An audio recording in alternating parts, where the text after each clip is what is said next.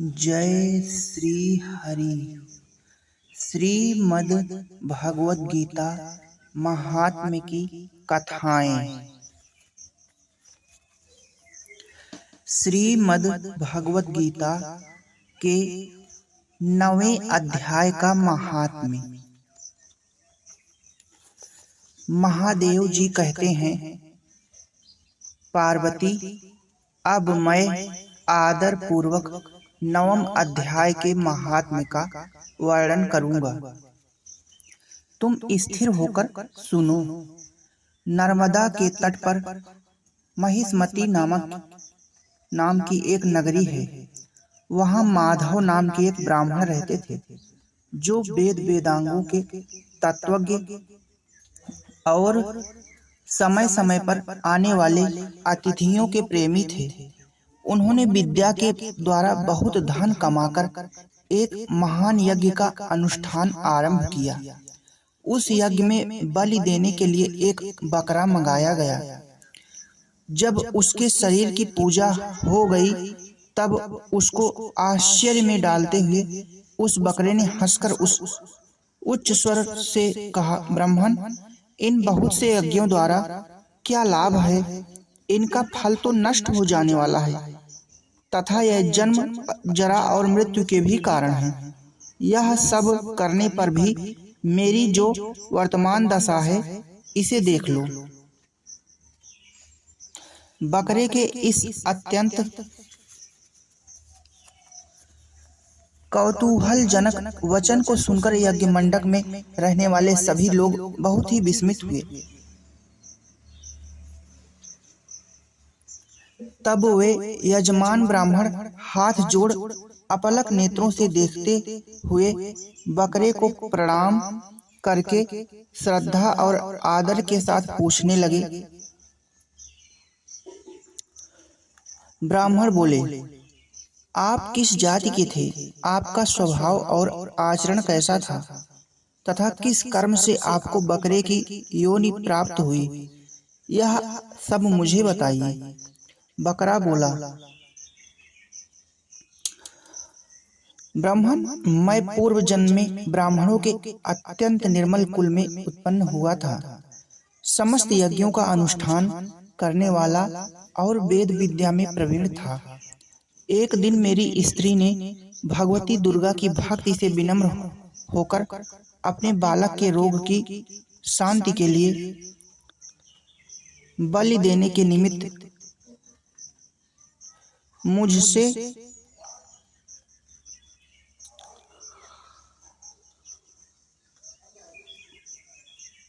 एक बकरा मांगा।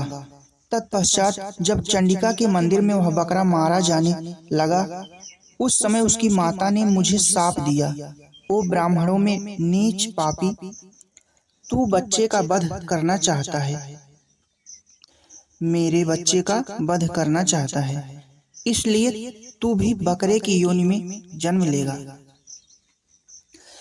द्विज श्रेष्ठ, तब कालवश मृत्यु को प्राप्त होकर मैं बकरा हुआ। यद्यपि मैं पशु योनि में पड़ा हूँ, तो भी मुझे अपने पूर्व जन्मों का स्मरण बना हुआ है। ब्राह्मण, यदि आपको सुनने की उत्कंठा हो तो मैं एक और भी आश्चर्य की बात बताता हूँ। कुरुक्षेत्र नाम का एक नगर है जो मोक्ष प्रदान करने वाला है। वहां चंद्र शर्मा नामक एक सूर्यवंशी राजा राज्य करते थे। एक समय जबकि सूर्य ग्रहण लगा था, राजा ने बड़ी श्रद्धा के साथ काल पुरुष का दान करने की तैयारी की। उन्होंने वेद वेदांगों के पारगामी एक विद्वान ब्राह्मण को बुलवाया।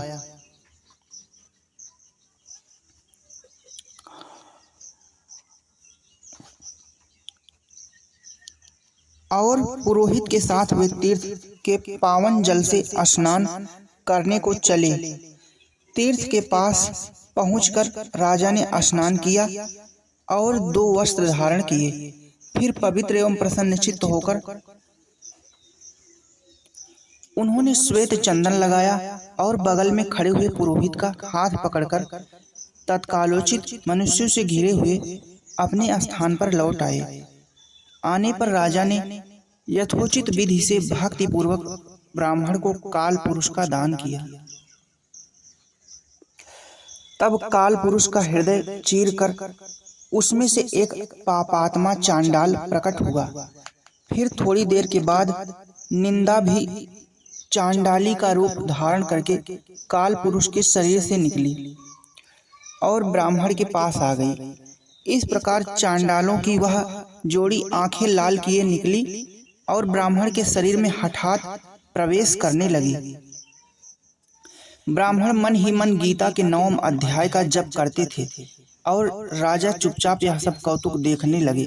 ब्राह्मण के अंतःकरण में भगवान गोविंद शयन करते थे, वे उन्हीं का ध्यान करने लगे। ब्राह्मण ने जब गीता के 9वें अध्याय का जप करते हुए अपने आश्रयभूत नारायण का ध्यान किया, उस समय गीता के अक्षरों से प्रकट हुए विष्णु दूतों द्वारा पीड़ित होकर वे दोनों चांडाल भाग चले। उनका उद्योग निष्फल हो गया। इस प्रकार इस घटना को प्रत्यक्ष देखकर राजा के नेत्र आश्चर्य से चकित हो उठे। उन्होंने ब्राह्मण से पूछा, विप्रवर, इस महाभयंकर आपत्ति को आपने कैसे पार किया? आप किस मंत्र का जप तथा किस देवता का स्मरण कर रहे थे? वह पुरुष तथा वह स्त्री कौन थी?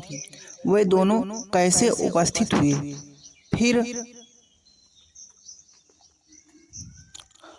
वे शांत कैसे हो गए? यह सब मुझे बतलाइए। ब्राह्मण ने कहा, राजन, चांडाल का रूप धारण करके भयंकर पाप ही प्रकट हुआ था तथा वह स्त्री निंदा की साक्षात मूर्ति थी। मैं इन दोनों को ऐसा ही समझता हूँ। उस समय मैं गीता के 9वें अध्याय के मंत्रों की माला जपता था। उसी का महात्म्य है कि सारा संकट दूर हो गया। महीपते, मैं नित्य ही गीता के 9वें अध्याय का जप करता हूँ। उसी के प्रभाव से पति ग्रह जनित आपत्तियों के पार हो सका हूँ। यह सुनकर राजा ने उसी ब्राह्मण से गीता के 9वें अध्याय का अभ्यास किया।